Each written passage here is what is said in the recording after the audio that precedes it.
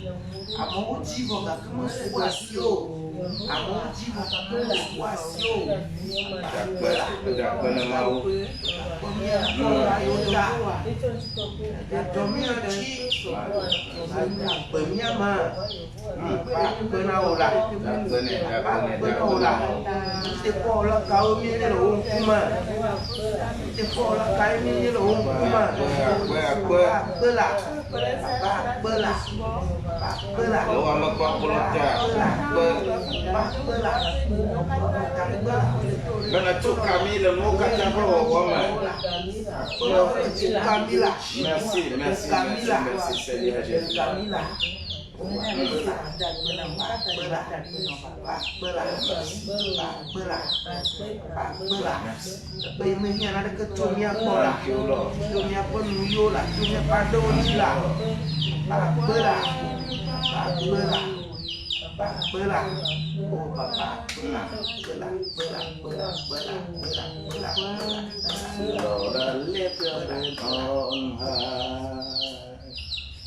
Lord, you have to see my presence.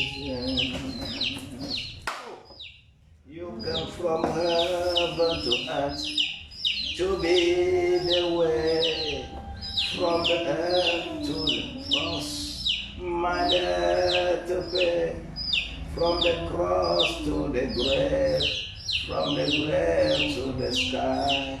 Lord, I lift your name on high. Père, merci pour ce que tu nous donnes encore et pour la grandeur que tu ambitionnes notre vie. Que ton nom soit loué et sanctifié. Nous sommes dans une période difficile. La maladie menace tout le monde. Un virus qui est apparu et ce virus-là, personne ne pouvait le dompter.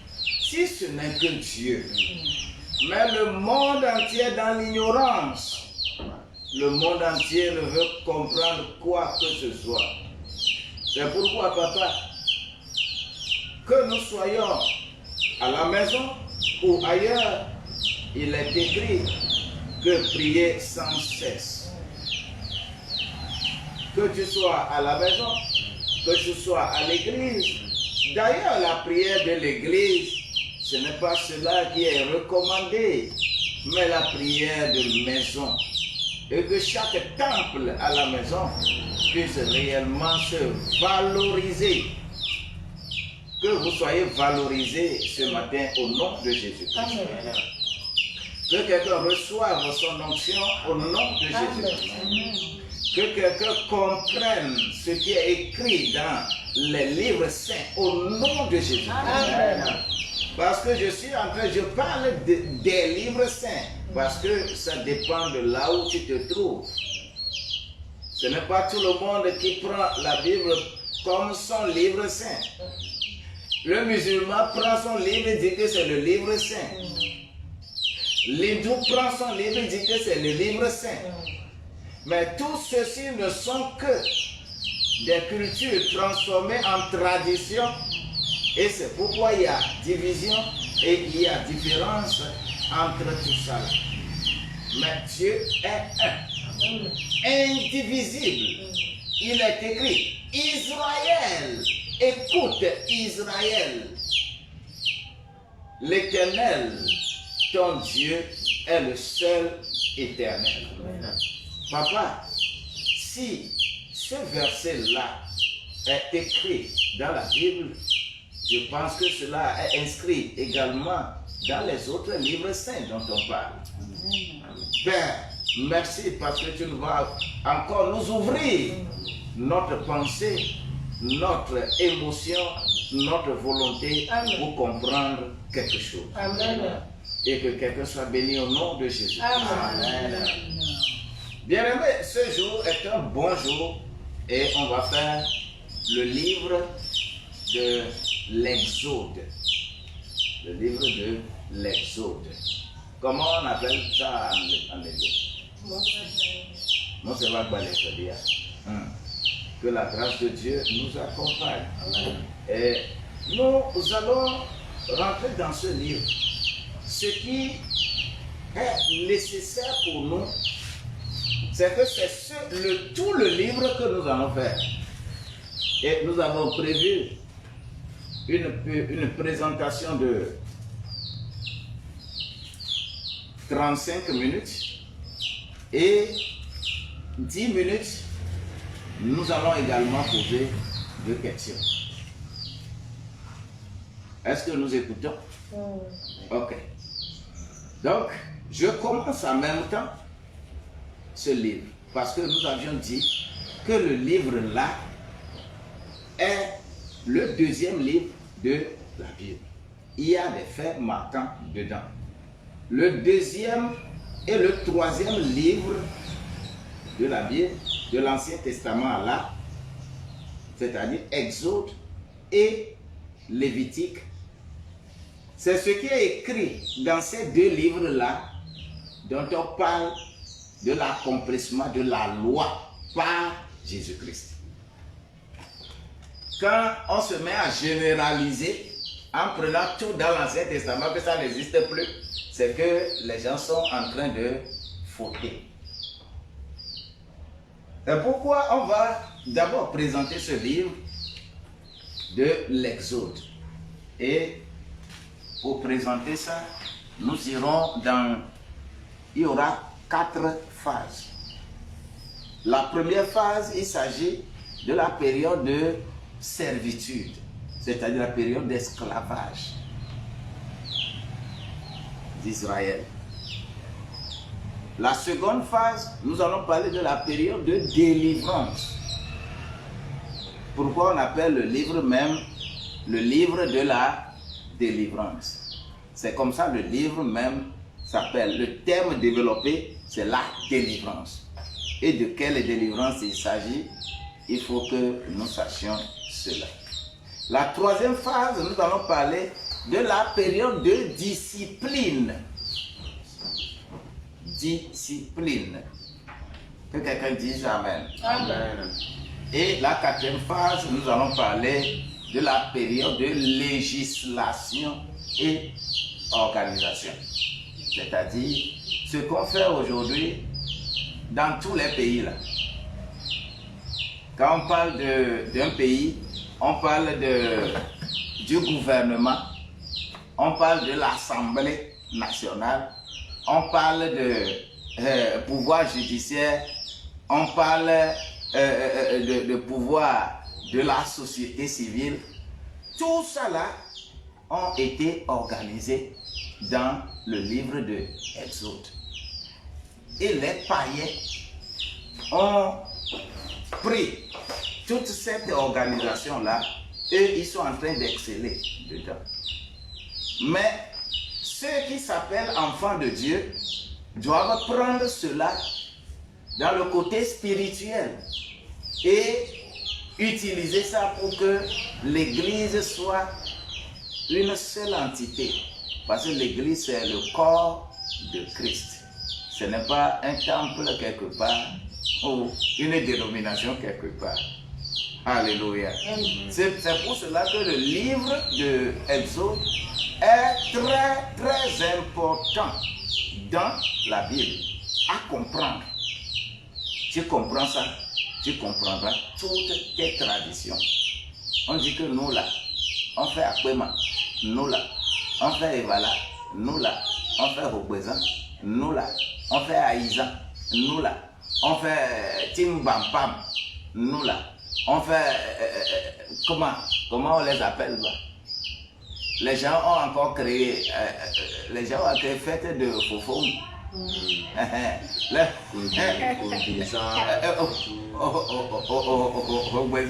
Agoy la foi de Dieu va a créé comment l'appelle Junenyosa ceux qui et ceux qui font cette fête là. Les gens ne savent pas appeler même le nom de leur fête. Comme moi, je dis on est en train de faire du meilleur ça.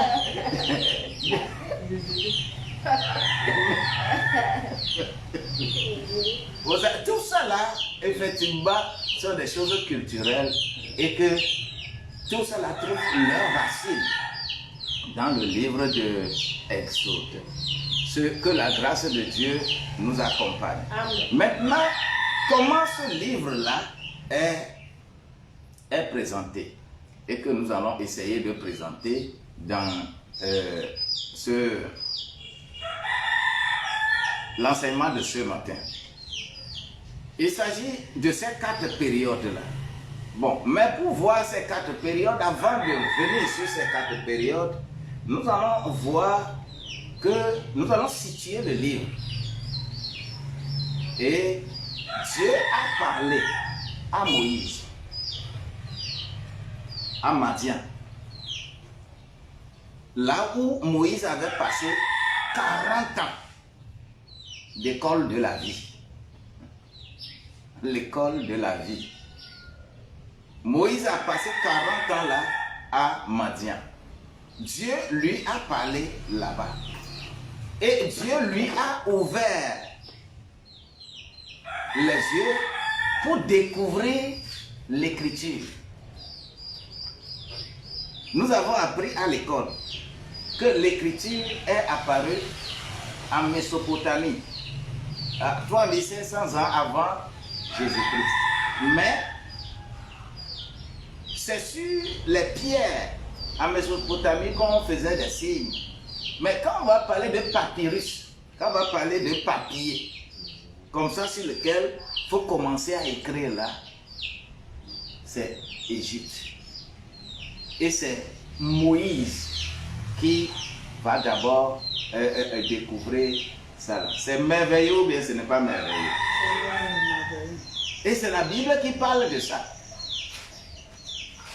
Et pourquoi l'écriture va être dévoilée? Tout simplement pour qu'on puisse écrire cette chose-là dans le livre saint que nous sommes en train de lire. Alléluia. Amen. Pourquoi nous disons ceci? Nous lisons Exode 17, verset 14. Exode 17, verset 14. Il est écrit là: l'Éternel dit à Moïse, écris cela dans le livre pour que le souvenir s'en conserve, et déclare à Josué que j'effacerai la mémoire d'Amalek de dessous les cieux.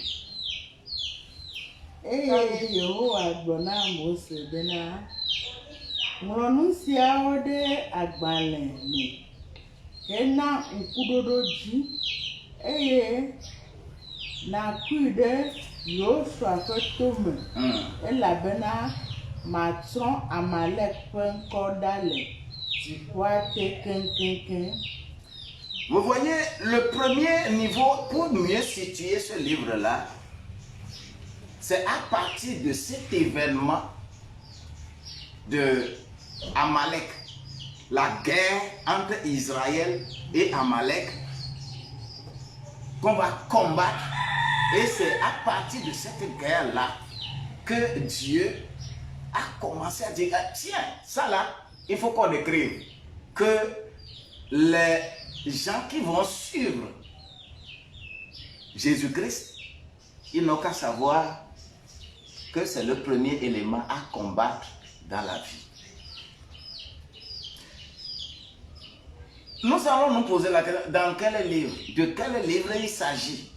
Ce livre-là, quand on peut sauter, aller au ciel et revenir, il n'y a pas encore affaire de livre sur la terre.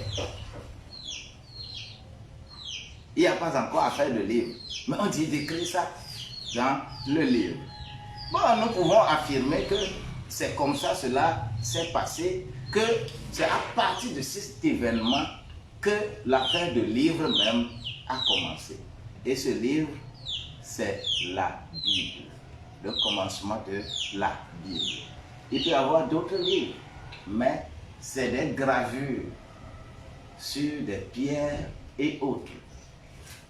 Ce qui veut dire que c'est à partir de ce verset-là que la Bible parlera dans le Pentateuque, c'est-à-dire les 5 livres de Moïse là, que la Bible va commencer à parler du livre de la loi, du livre de l'alliance, du livre saint, de la Torah. C'est à partir de cet écrit-là qu'on va commencer à appeler ce livre-là le livre de l'alliance. Que le Seigneur nous bénisse. Amen. Donc, ce livre de la loi, de l'alliance, va nous amener à comprendre certaines choses. Pourquoi instituer? Et nous avons dit, nous le répétions hier à la radio, que Amalek, c'est qui et c'est quoi pour le chrétien aujourd'hui? C'est qui Amalek? C'est qui ce personnage ou bien ce peuple-là? Et qu'à partir de celui-là, on va dire que on commence à écrire tout un livre. C'est une question qu'on se pose. Amalek, quand je suis dans Deutéronome au chapitre 25, les versets 17 et 18 me montrent que Amalek, ça veut dire un peuple qui frappe. Un peuple qui frappe. Aujourd'hui, dans nos familles, il y a des gens qui sont là spécialement pour frapper les autres. C'est la première chose, c'est ça. Amalek. Et quand nous sommes dans Genèse, au chapitre 36, verset 12, il s'agit bien du petit-fils d'Ésaü, Amalek, le petit-fils d'Ésaü. Et qui, je ne veux pas creuser là-bas, si on va se tarder là-bas, on va faire tout là-bas. Le petit-fils d'Ésaü, Ésaü c'est qui? Ésaü c'est le frère jumeau de Jacob. Parce que Jacob avait volé son droit d'aînesse. C'est des enfants de même père, de même mère. Parce que Jacob avait volé son droit d'aînesse. Et pourquoi cette racine d'amertume dans le cœur d'Ésaü travaille toujours à travers sa postérité, les générations qui suivent Ésaü. Et Amalek étant le petit-fils d'Ésaü, lorsque le peuple d'Israël quittait Égypte sous la conduite de Moïse pour aller à Canaan, le premier vrai obstacle pour Israël d'arriver à Canaan, c'était Amalek. C'est-à-dire cette malédiction héréditaire, cette adversité héréditaire de la famille d'Isaac, qui continue de travailler. Donc, ce qui veut dire que il représente, Amalek la représente quoi? Représente Satan agissant par le moyen de la chair. Notre chair. C'est pourquoi c'est difficile de comprendre certaines choses dans la vie.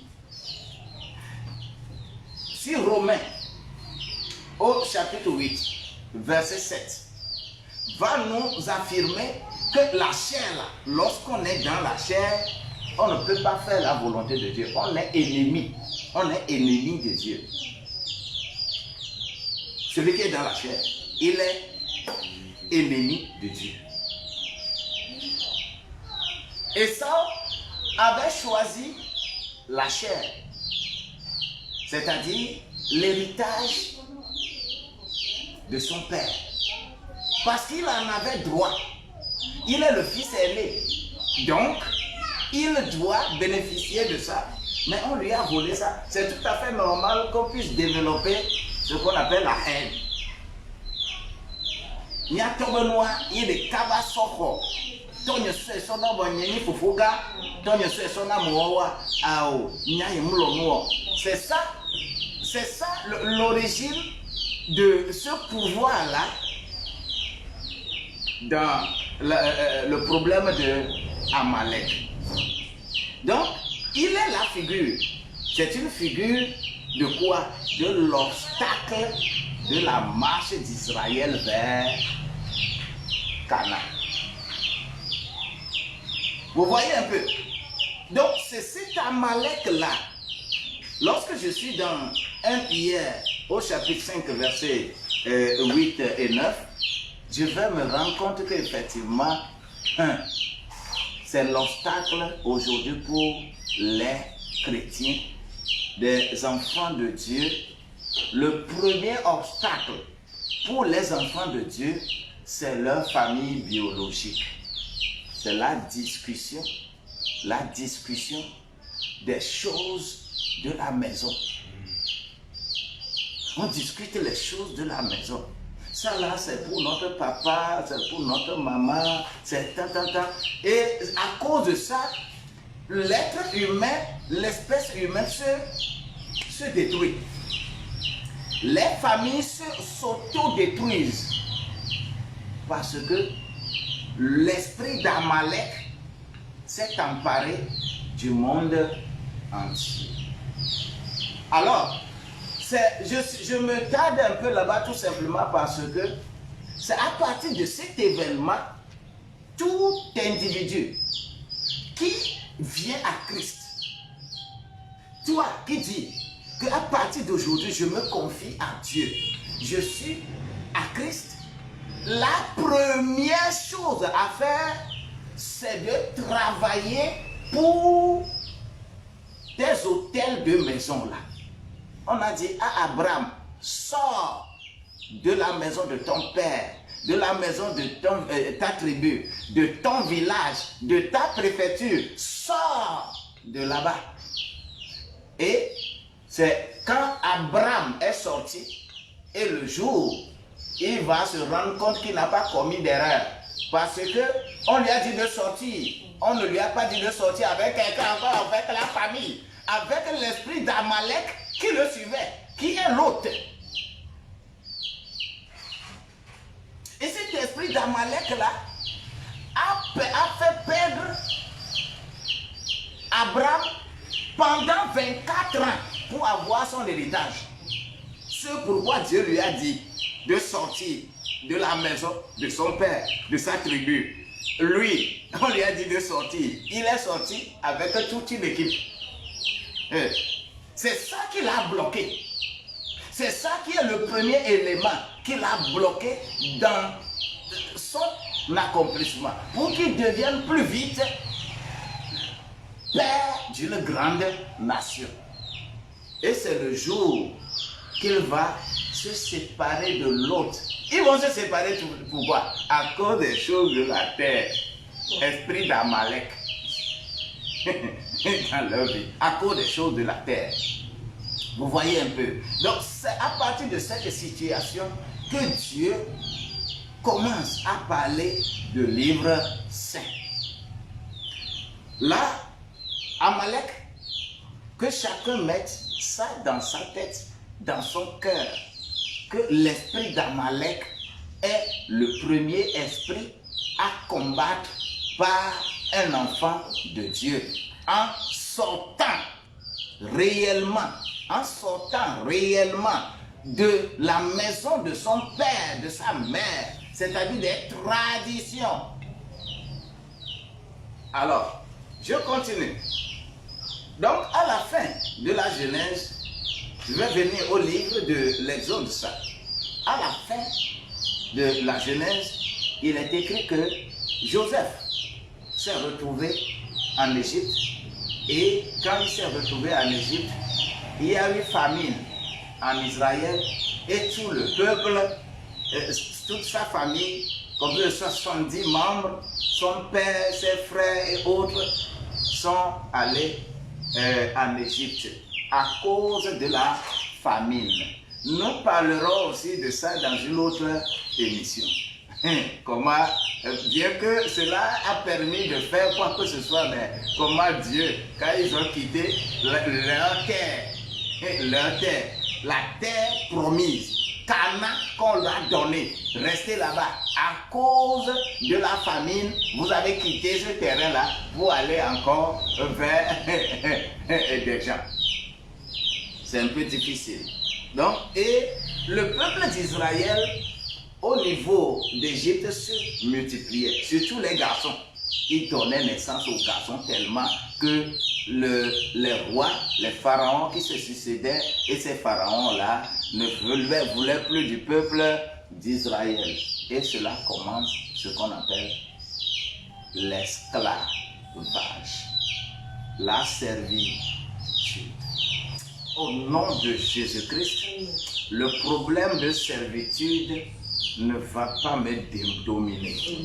Je suis sorti de l'esclavage de ma maison, l'esclavage de mes traditions, l'esclavage des liens ombilicaux, l'esclavage, Seigneur Jésus-Christ, de tout ce qui est virus attaquant ma famille et qui va également m'attaquer. Je suis sorti de cet esclavage-là au nom de Jésus-Christ.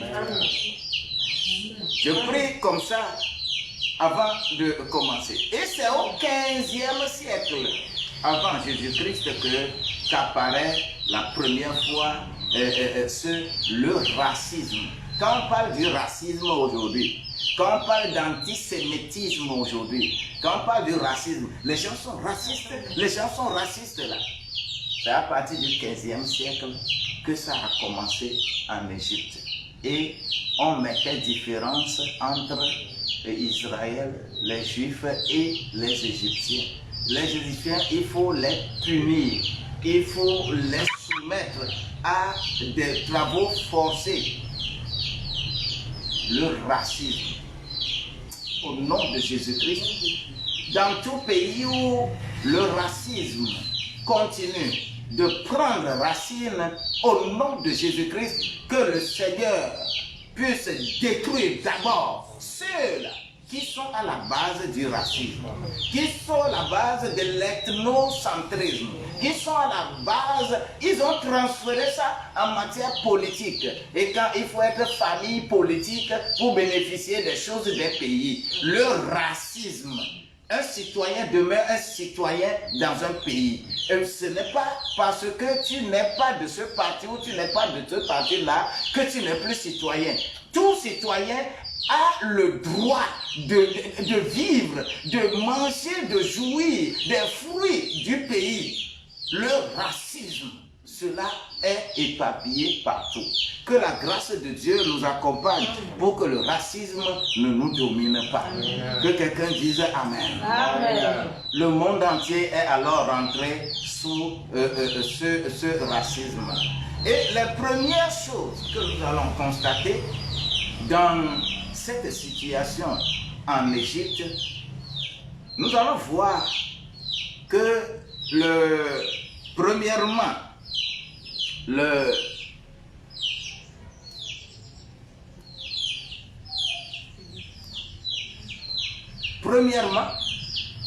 vous savez, nous devons savoir qu'il y a entre le verset 1, le chapitre 1 de Exode jusqu'au 11e chapitre, c'est le chapitre dans lequel le peuple d'Israël a souffert. Les Juifs ont souffert là-bas, en Égypte. Et la délivrance va s'en suivre. Ce qui veut dire que l'oppression réelle s'est accrue quand tu lis le chapitre 1, du verset 7 au verset 12, tu verras comment on va renforcer l'esclavage. Et Moïse va naître. Les événements qui sont liés à la naissance de Moïse, nous allons voir qu'il y a sa naissance et son adoption dans le chapitre 2. Nous allons voir qu'il y a les tentatives charnelles de ses frères. Il veut réunir ses frères, mais ses frères ne veulent pas. Même ceux-là qui étaient leurs ennemis, les Juifs, les Égyptiens, ils veulent après tout sa mort. Ce qui veut dire que Moïse va fuir à Madian, tel que nous avons parlé. Quand tu lis le chapitre 2, verset 15, Moïse a fui pour aller à Madian. Nous avons déjà parlé de comment il avait passé 40 ans à Madian pour que Dieu l'appelle. Et quand Dieu va l'appeler, et son mariage, Dieu va l'appeler, il va se marier encore même là-bas. Dans le chapitre 2, verset 21. Et quand tu vas aller dans Acte 7, verset 30, tu vas te rendre compte que effectivement Moïse a passé 40 ans à Madian. Ça, c'est des événements liés à Moïse. La période de délivrance maintenant, cette période de délivrance va couvrir le chapitre 3 là, et ça va continuer. Mais le chapitre 3, de verset 1 au verset 10, il y a l'appel de Moïse. Comment Moïse va être appelé? Il va être appelé dans un feu ardent. Oh, alléluia. Moïse, Dieu va l'appeler dans un feu, dans un buisson qui serait en train de s'enflammer, mais le buisson ne se consumait pas. On l'a appelé là. Beaucoup vont également prendre ce schéma-là et fonder église là-dessus pour dire qu'on a dit à Moïse d'enlever les chaussures, donc nous allons enlever les chaussures avant d'adorer Dieu. Il faut que les gens fassent attention. Faisons attention pour ces choses-là. Donc, la divine commission qu'on va donner à Moïse, les excuses de Moïse, Aaron va être choisi pour l'accompagner, et lorsqu'ils vont venir auprès du Pharaon pour demander, Pharaon va endurcir l'esclavage. Le chapitre 5 du verset 5 au verset 23, c'est devenu dur, très très dur. Le peuple d'Israël, c'est dur parce que Pharaon refuse. Et au même moment que Pharaon refuse, le peuple d'Israël aussi, les Juifs, dont Moïse est leur frère, le peuple le rejette aussi. Ce n'est pas pour la première fois aujourd'hui que tu vas être pasteur, tu vas être serviteur de Dieu et que les gens vont te rejeter. Ce n'est pas aujourd'hui que ça commence. Ça y est, ça existait depuis. Et c'est dans ce contexte-là que nous évoluons pour qu'on dise que Dieu est avec nous. Donc, la contestation du Pharaon, et nous n'allons pas nous attarder sur les 10 plaies, les 9 plaies qui vont s'abattre sur Pharaon. Parce que Dieu veut nécessairement que le peuple là quitte Égypte. Et il va instituer ce qu'on appelle la Pâque. Dans le chapitre 12, la Pâque est instituée. Ça, c'est la période de délivrance. La Pâque déclenche le départ de l'Égypte vers Canaan. La Pâque. L'agneau immolé. L'agneau de Dieu a été immolé sur la croix pour me donner la vie. L'agneau de Dieu a été sacrifié sur la croix pour me donner la vie. Bien aimé, la troisième phase de notre présentation est la phase de discipline. Vous savez, ce n'est pas pour rien qu'on va appeler ceux qui suivent Jésus-Christ qui sont des disciples de Jésus-Christ. Il faut être discipliné pour être disciple. Celui qui n'est pas discipliné ne peut pas dire qu'il est disciple.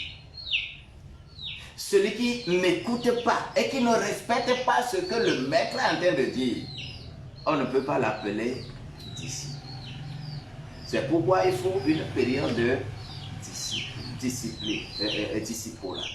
Donc, cette discipline-là, d'abord, c'est le chemin de Moïse vers Sinaï, le mont Sinaï. Exode 13. Ça, c'est important. Tout le chapitre de Exode 13, plus le chapitre jusqu'au chapitre 18, verset 1, du chapitre 13, jusqu'au chapitre 18, verset 1, il s'agit du chemin du mont de Sinaï. C'est terrible, c'est beaucoup, c'est difficile. Mais pour mieux comprendre ça, il faut aller lire dans Hébreux, au chapitre 8, verset 5, et Hébreux 10, verset 1. Ça là, cherchez et lisez pour moi, rapidement. Hébreux, chapitre 5. Chapitre 8, verset 5.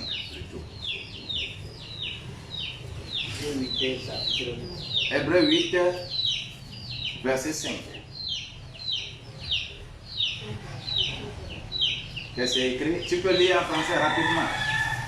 Lesquels célèbrent un culte, image et ombre des choses célestes.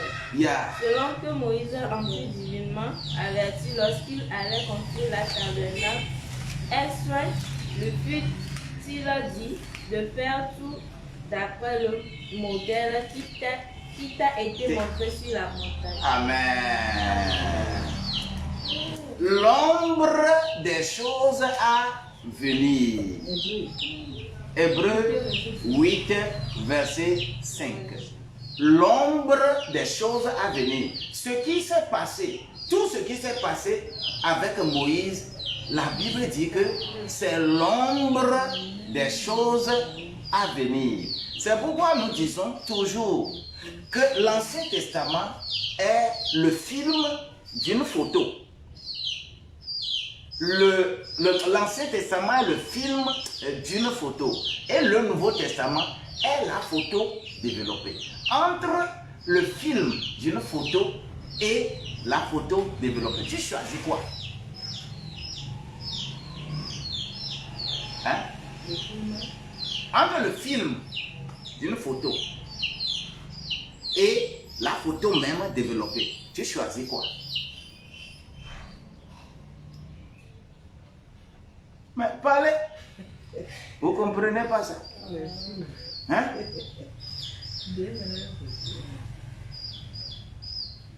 Photo bon mon lial.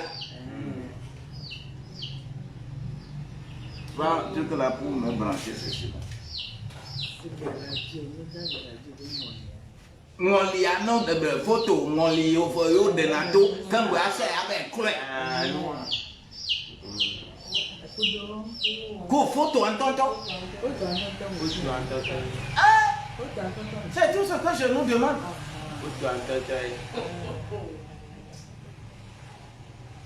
C'est ça l'Ancien Testament. L'Ancien Testament est le film là, le cliché là. Et le laboratoire qui développe le film et que ça devienne une photo claire là, c'est le Nouveau Testament et c'est le Saint-Esprit. Le laboratoire. Quand tu prends les choses comme ça dans l'Ancien Testament, c'est comme tu prends le cliché là, le film de la photo avec mon lien. Et que elle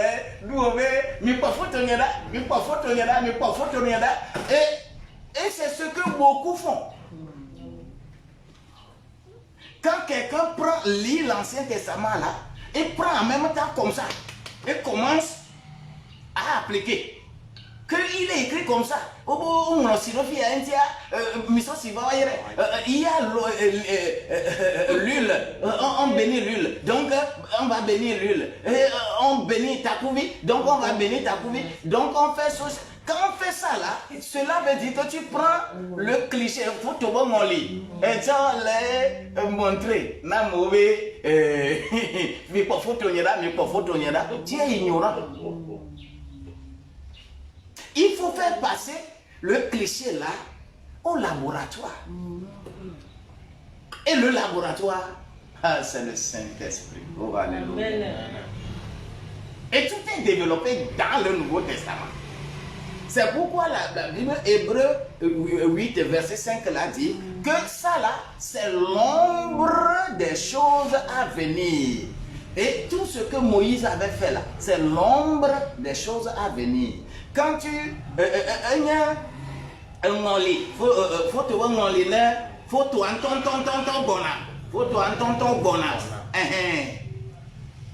quand tu es dans Hébreux 10, verset 1 également, on va le dire que c'est l'ombre des choses à venir. Quand tu seras dans Colossiens 2, verset 17, on dira que c'est l'ombre des choses à venir. On note,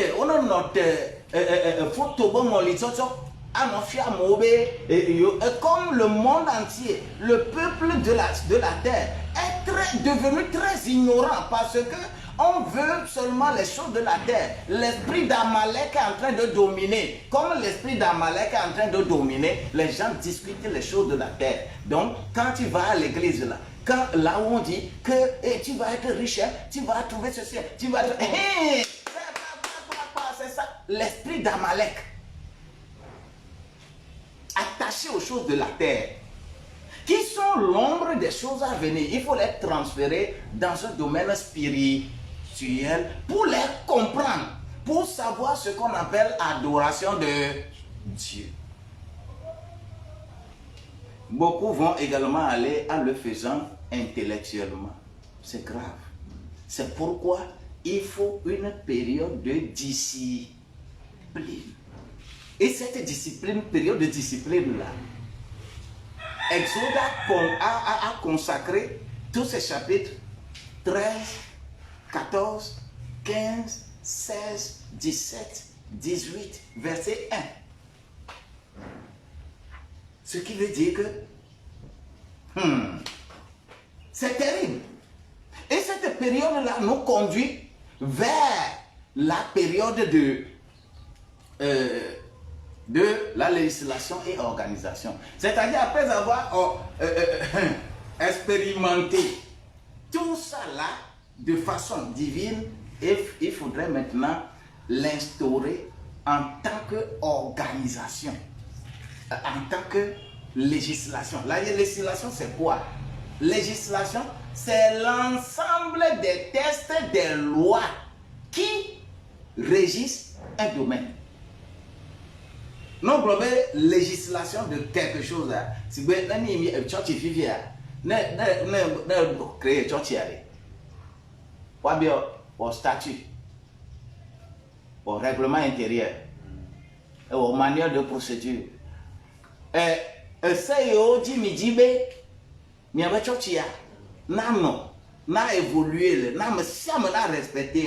C'est ce qu'on appelle législation. Et cette période de législation est terrible pour organiser maintenant l'Église, organiser le corps de Christ. Sans législation, il n'y a pas d'organisation.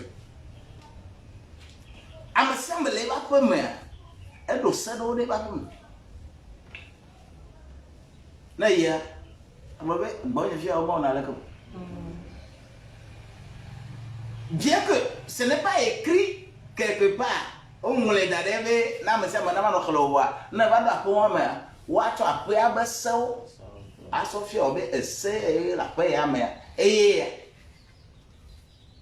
et ce mot, c'est ce que nous appelons en français législation. Et il faut la législation pour organiser. Et cette période de législation va être vraiment terrible. Quand arrivé à Sinaï, quand on va arriver à Sinaï, dans le chapitre 19, versets 1 et 2, ils vont voir l'apparition de Jéhovah sur le mont, le chapitre 19 là, l'Éternel va apparaître. Parce que quand on respecte la législation, quand vous respectez les lois et les principes de Dieu, Dieu va vous rencontrer. Oui. Quand tu respectes ce Dieu dit, fais comme ça. Quand tu le fais, fais comme ça. Tu le fais, fais comme ça. Tu le fais. Dieu va te rencontrer. Et c'est normal. Mais quand vous refusez de respecter, comment tu veux que Dieu te rencontre? Hein? Et c'est ça. Donc, et c'est de là maintenant, ils vont donner ce qu'on appelle les 10 commandements. Dans le chapitre 20, Dieu rencontre et il donne. Parce que vous avez bien ficelé votre législation. Vous avez écouté Dieu pour mettre en ordre les choses. Dieu vous rencontre pour donner quelque chose. Alléluia. Amen.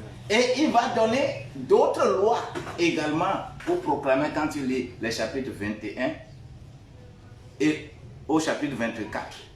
Plein de législation, plein de principes sont là-bas. Dieu a donné. Dieu va donner maintenant la direction concernant le tabernacle. Comment vous allez construire le tabernacle dans lequel vous allez. Et cette construction du tabernacle, c'est terrible. Chapitre 25 et 25-26 là, vont plus parler de cela. Mais la législation complète du tabernacle, c'est le chapitre 25 jusqu'au chapitre 40.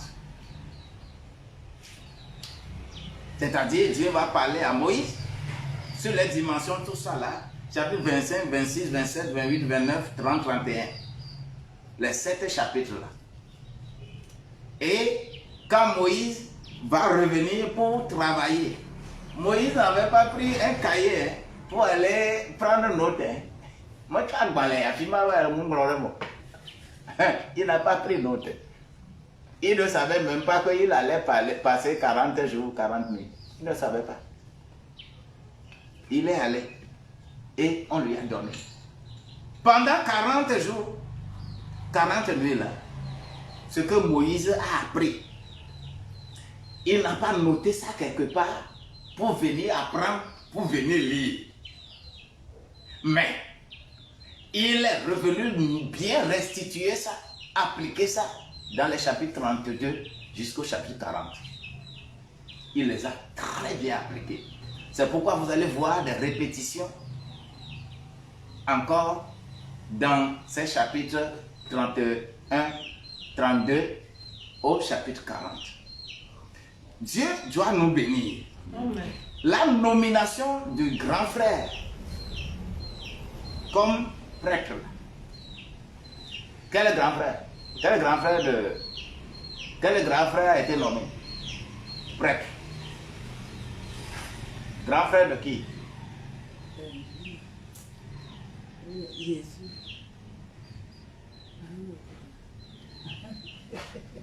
Le grand frère de Moïse, c'est qui? Aaron. Que Dieu te bénisse. Le grand frère de Moïse. Il faut qu'il soit nommé. Parce que lui, c'est encore la famille. Et qu'il a accepté être la bouche de Dieu. Et Dieu a dit que toi, Moïse, tu deviens un Dieu pour Aaron. Et Aaron va être ta bouche. C'est de là vient la première instruction de prophète.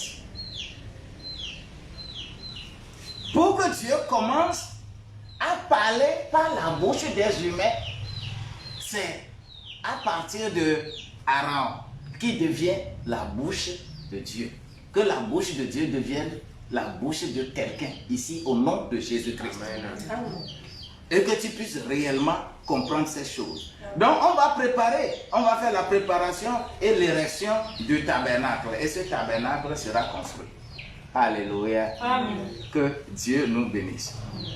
Notre temps est suffisamment parti, mais cette période dont nous parlons, nous devons mettre l'accent maintenant sur quelque chose. Des choses que nous devons retenir. À retenir et à comprendre. Nous devons comprendre certaines choses. Le pèlerinage d'Israël. Aujourd'hui, là, les gens se lèvent et ils disent que nous, on va au pèlerinage, il faut faire attention. Il faut faire attention pour tout ça, là. Le pèlerinage, là, c'est pour toute la vie. Quand tu es devenu chrétien, là, le pèlerinage, c'est pour toute la vie. Ce n'est pas un lieu quelconque, quelque part, il faut aller au pèlerinage. Non. C'est les gens de la terre, avec l'esprit d'Amalek, ils continuent de faire les choses de la terre, d'être dans la chair. Et c'est ça, c'est très grave. Si nous avons parlé de Exode 13 là, jusqu'à 18, la période de législation, lorsque nous avons parlé de cela, et on a dit que c'est une période qui fait la marche vers Sinaï. Il faut bien noter que dans, comment l'appelle-t-on, c'est un type, ça là, c'est un type de l'esclavage en Israël. Et ce type-là, c'est la vie chrétienne. Il faut bien lire 1 Corinthiens. Il faut noter 1 Corinthiens au chapitre 10, verset 1 à 10. Là. Il faut noter, nous n'allons pas lire. Mais c'est 1 Corinthiens, chapitre 10, verset 1 à 11. Bien sûr, 1 à 11. C'est la vie chrétienne de tout ce qui est faite par Moïse dans cette marche dans le désert, on parle d'une vie chrétienne. Ce n'est pas quelque part où il faut aller au pèlerinage. Pèlerinage, c'est pour des gens qui pensent que Dieu est ailleurs. Alors qu'on m'a dit qu'une fois que je suis devenu enfant de Dieu, je suis devenu chrétien, partout où je mets mon pied là, le lieu là est devenu saint. Partout où je suis, ma maison là est un lieu saint. Partout où je passe, c'est un lieu saint. Je ne vais pas aller chercher un lieu saint ailleurs quelque part. Dans l'Ancien Testament, c'est possible. Où les gens allaient à Jérusalem pour faire des sacrifices, d'accord. Mais l'accomplissement de la loi, partout où je suis, je mets mon pied, c'est le lieu saint. Que Dieu te bénisse. Amen. Et c'est pourquoi nous allons voir un peu les types. D'abord, esclavage en Égypte. C'est un type d'esclavage du péché. Tout ce qui s'est passé avec le peuple d'Israël, Dieu a montré ça pour que lorsque tu es dans le péché, c'est comme ça que tu vas souffrir. Lorsque tu es dans le péché, c'est comme ça que tu vas souffrir. Bien que Israël n'a pas péché. Pour aller là-bas. Mais on choisit ce peuple-là pour nous montrer que lorsque tu es avec Christ et que tu es encore dans le péché, tu vas souffrir. Beaucoup de gens sont dans la souffrance. Beaucoup de gens sont malades. Beaucoup de gens ont des problèmes. Le problème vient de nulle part que leur propre péché, ce que tu as commis. On ne sème pas le riz pour récolter du haricot. Non. Tu vas en souffrir. C'est un type. Ce n'est pas que tu vas commencer maintenant à aller en Égypte en appelant Égypte que vous êtes des démons et que... Non, non, non, ce n'est pas ça. Bon, la seconde chose, Moïse libérateur, c'est quoi? C'est un type de Christ. Moïse libérateur, c'est un type de Christ. Quand on dit, c'est l'ombre des choses à venir. Je nous conduis vers les choses à venir là, ce que c'est. Nous allons étaler là-bas par Moïse, type de libérateur. Là, j'ai recensé au moins 15 points ici. Le premier point, c'est que les deux figures, c'est-à-dire Moïse et Jésus, les deux là, leur enfance a été très difficile. Et les deux, pour être préservés du diable, sont venus se cacher en Égypte. Exode 2, verset 2. Et quand tu vas aller vers Matthieu, au chapitre 2, verset 14 à 15, tu vas voir ce qui est fait lorsqu'il s'agit de Jésus. Et pour Moïse, dans Exode 2, le verset 2 à 10, c'est la même chose. Type de Christ, leur enfance. La chose que nous avons encore recensée, les deux firent face au maître du mal. Les deux là, quand ils sont nés, on est contre. C'est les rois qui sont contre.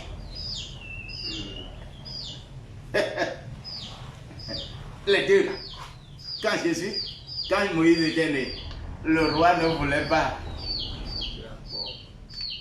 Quand Jésus est né, le roi ne voulait pas.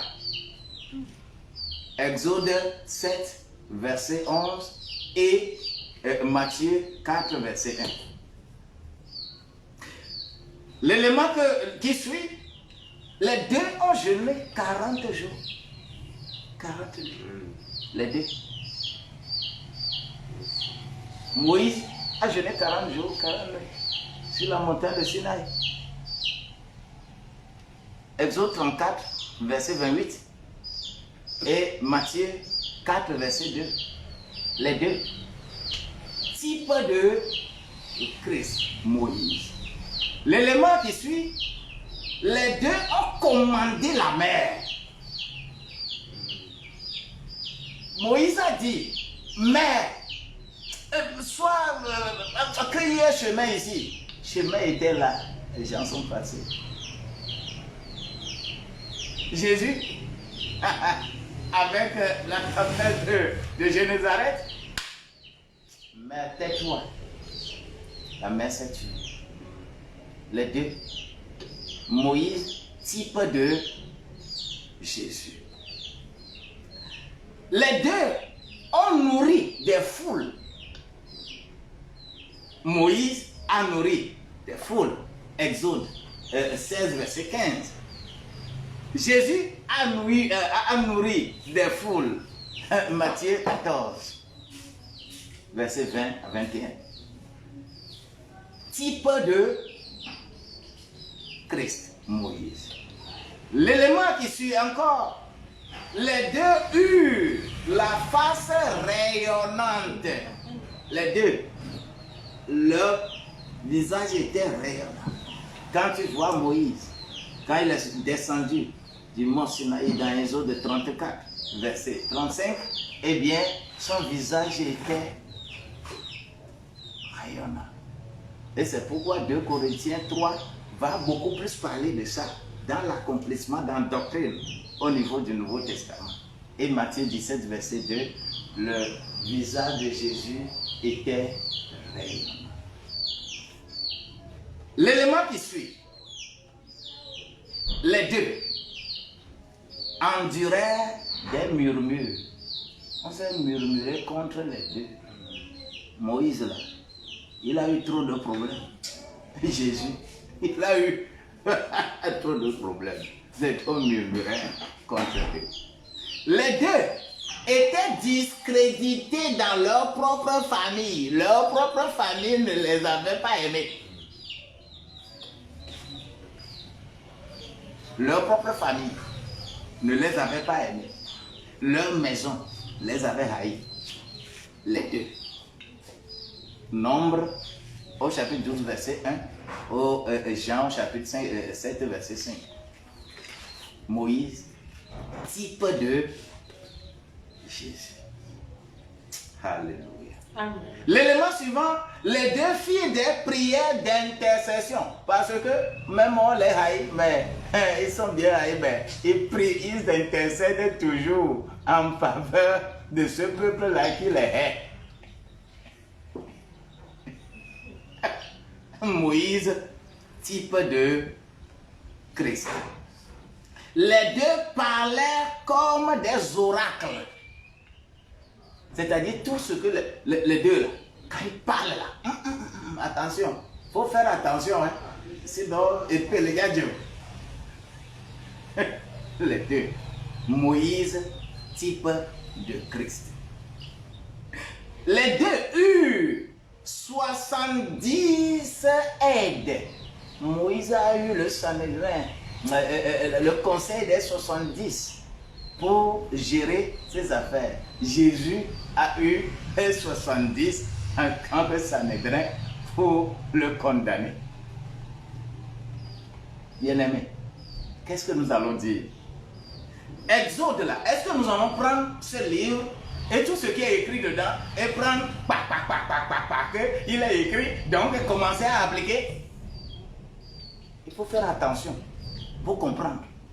Si tu ne comprends pas, cherche à comprendre. Les deux établissent des mémorials.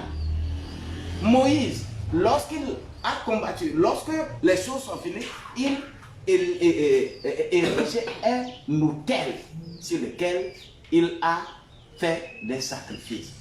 Jésus, lui là, il est lui-même l'autel qui s'est sacrifié. C'est pourquoi il a institué la Sainte Seine en donnant sa vie Et il a institué en tant que mémorial. Jésus, Moïse avait été montré comme ombre. Jésus est la photo développée.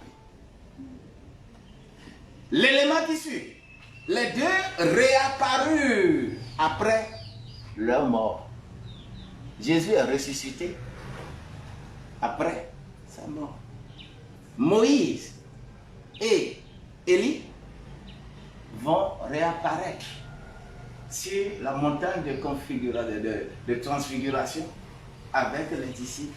Les deux sont réapparus après leur mort. Faisons beaucoup attention pour savoir que le type dont nous parlons est important pour que on soit dans l'avenir. Ce sont des choses qu'il faut retenir. Donc ce qui veut dire que le livre d'Exode, le type, le troisième élément, là-bas, puisque je n'ai fait que développer type là-bas, le troisième élément de ce schéma, c'est Exode veut dire quoi? C'est un type de l'abandon de la vie du péché. Exode. Dogo le temps avant, dogo le nouveau abo, n'ava été nuit bo. 4. L'agneau de la Pâque là, c'est quoi? C'est le type de Christ, l'agneau de Dieu sacrifié. 5. C'est la poursuite d'Israël par Pharaon là. Parce que Pharaon a poursuivi le peuple d'Israël lorsqu'il quittait Égypte pour aller à Canaan. La poursuite là, qu'est-ce que ça veut dire aujourd'hui? Ça veut dire le péché qui te poursuit encore lorsque tu es devenu chrétien. C'est ce que ça veut dire. Et c'est une puissance qui nous poursuit tous les jours. Et il faut faire attention. Il ne faut pas chercher à faire des choses rituelles, mais à rendre conforme sa vie à l'écriture. 6. L'ouverture de la mer rouge là, c'est quoi? C'est un type d'obstacle à enlever. Tout obstacle devant toi là, tu as la parole, tu as l'autorité, tu peux les enlever au nom de Jésus-Christ. Tout obstacle devant toi, tu peux les enlever au nom de Jésus-Christ. Et c'est ça le type de mer rouge qui a été fendue et que Jésus-Christ va également dire à la mer, tais-toi. Tu as la puissance, hein? Tu as la parole. Hein? Jésus a parlé. Hein? Moïse lui l'a montré bâton. Jésus, lui, il a parlé. Type. Faisons beaucoup attention. L'élément, le 7e élément maintenant, la colonne de nuit et de feu. Parce que quand on allait là, de l'Égypte à Canaan, quand on allait de l'Égypte à Canaan, il y avait quoi? Il y avait le nuage qui était sur le peuple et qui l'accompagnait, allant partout. Et la nuit, nuage là devient lumière pour leur éclairer la route. Le jour, ça devient l'ombre pour qu'il n'ait pas la chaleur. C'est le type de la protection divine qui est sur notre vie, présente sur nous les croyants en Christ. Là. Cette protection est toujours sur nous, au nom de Jésus-Christ. Le 8e élément, c'est sur le 15. Le chant de Moïse, quand on a quitté maintenant la mer Rouge, dans Exode 14 là, quand on a traversé la mer Rouge, Myriam a entonné chanson, Moïse, tout le monde a écouté. Mais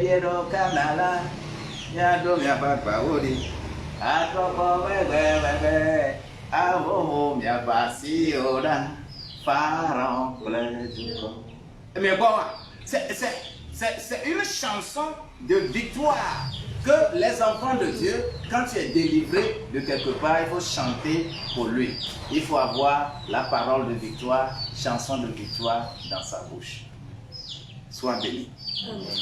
Maintenant, le 9e élément, c'est que la multiplication, la multitude mêlée que nous avons chaque fois dans un peuple, nous avons des types. Des gens qui murmurent, des gens qui sont tentants, des gens qui sont de monde, des gens qui sont tentants. Même dans l'église, il y aura les gens pires à l'église que dans le monde. Vous serez à l'église, la personne dit qu'elle vient à l'église, mais sa vie, c'est la composition de l'église aujourd'hui. C'est un type que nous avons. Que tu dises oui ou non. Ce n'est pas parce que la personne va à l'église que la personne est une sainte personne. Non, non, non, non, non, non, non. Il y en a pire.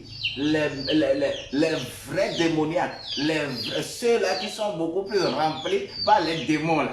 C'est dans l'église, ils viennent se cacher maintenant. Là. Ils ne sont plus dans la forêt.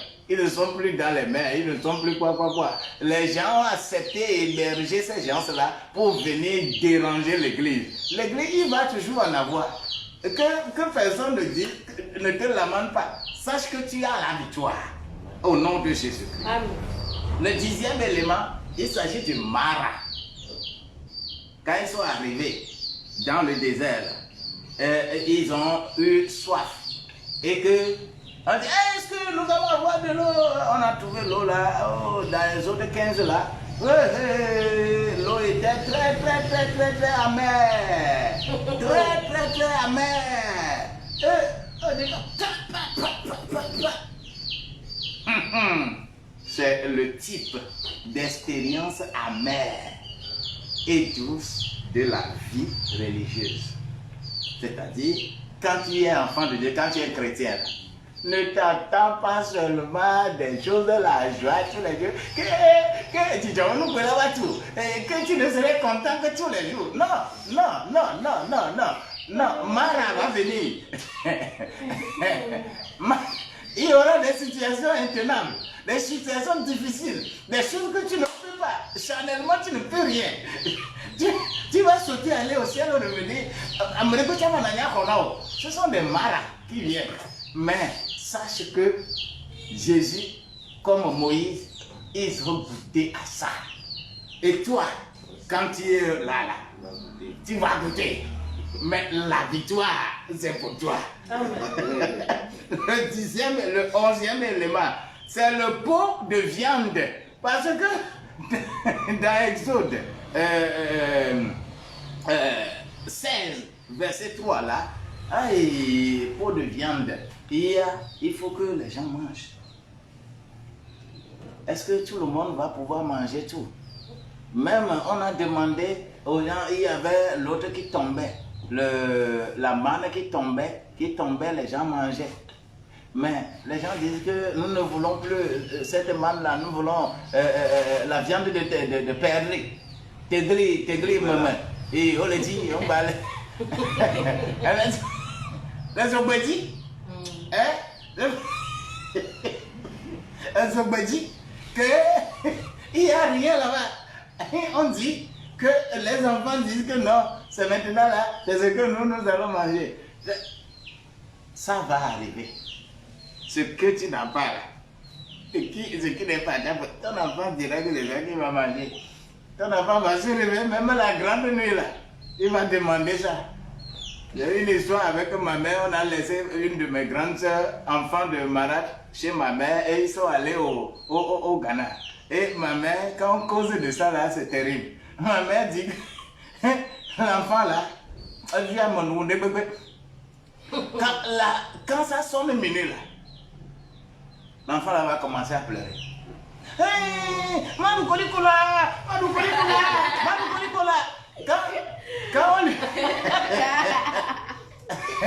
Quand on lui donne Koliko, elle regarde et dit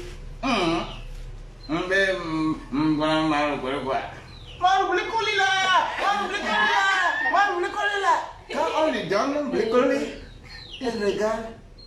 Quand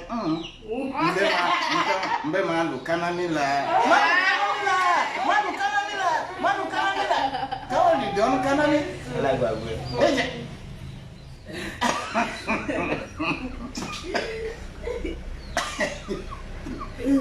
Ce qui fait que tout ce que cet enfant connaissait là, pour qu'on ne la traite pas d'une coépouse mauvaise, mais ça tout quoi. Elle avait dit, nous, quelqu'un de vie, la tenha. Ma mère va aller chercher toutes ces choses à déposer dans la chambre. C'est quand elle va pleurer, finir et que nous allons donc une école là bas yo. Quand vous avez là-bas un choix les.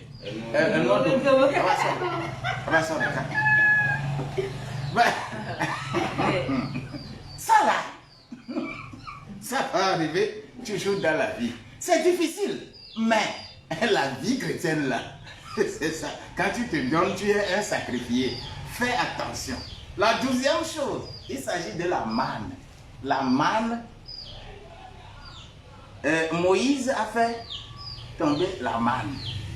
Mais Jésus est la manne descendue.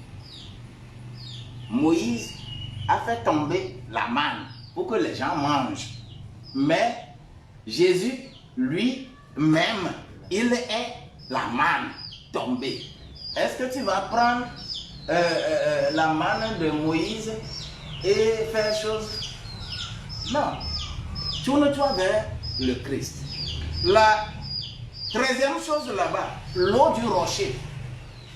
Quand on est arrivé où il n'y a plus d'eau, Moïse dit, oh, comment je vais faire? Dieu lui a dit, frappe ce rocher-là, l'eau sort. Et que maintenant, là, le peuple a bu.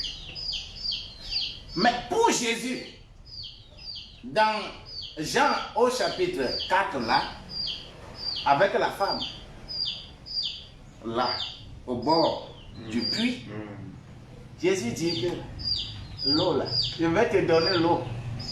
Ce n'est pas l'eau là que Moïse a fait à frappant. Hein. Je vais te donner l'eau là que toi tu vas prendre là. C'est une eau qui va constituer maintenant un puits en toi. Ça ne va jamais tarir. Tu veux l'eau de Moïse ou bien tu veux l'eau de Jésus? Lequel tu veux? Ah! La 14e chose, les mains de Moïse tenues en l'air. Lorsque il y a eu la guerre contre Amalek, là, Josué et Aaron et Our plutôt, étaient avec Moïse et tenaient sa main en l'air pour que Josué, qui est le général de l'armée, puisse gagner la guerre. Oh, alléluia. C'est un type de besoin de coopération des dirigeants, avec les dirigeants. Quand vous êtes à l'église, vous êtes en train d'adorer Dieu. Coopérez véritablement avec le pasteur. Travaillez avec le, soutenez-le. C'est le type là-bas. La dernière chose que j'ai retenue là-bas, il s'agit que dans la structure du tabernacle, qui fera beaucoup l'objet d'une autre présentation carrément. Alléluia. Les ustensiles, tout ce qui était dans le tabernacle, les règlements dans le tabernacle, les vêtements qu'on porte pour rentrer, les vêtements des prêtres, l'arche qui est dedans, l'alliance qui est là, l'ensemble de tout cela constitue maintenant plusieurs types de Christ et de l'Église. Plusieurs types. C'est pourquoi les types là, je vais également les présenter dans une autre émission et que chacun va vraiment comprendre. Dans le livre de Exode là, je nous convie vivement à vous approprier le contenu. Donc, après la présentation du livre d'Exode,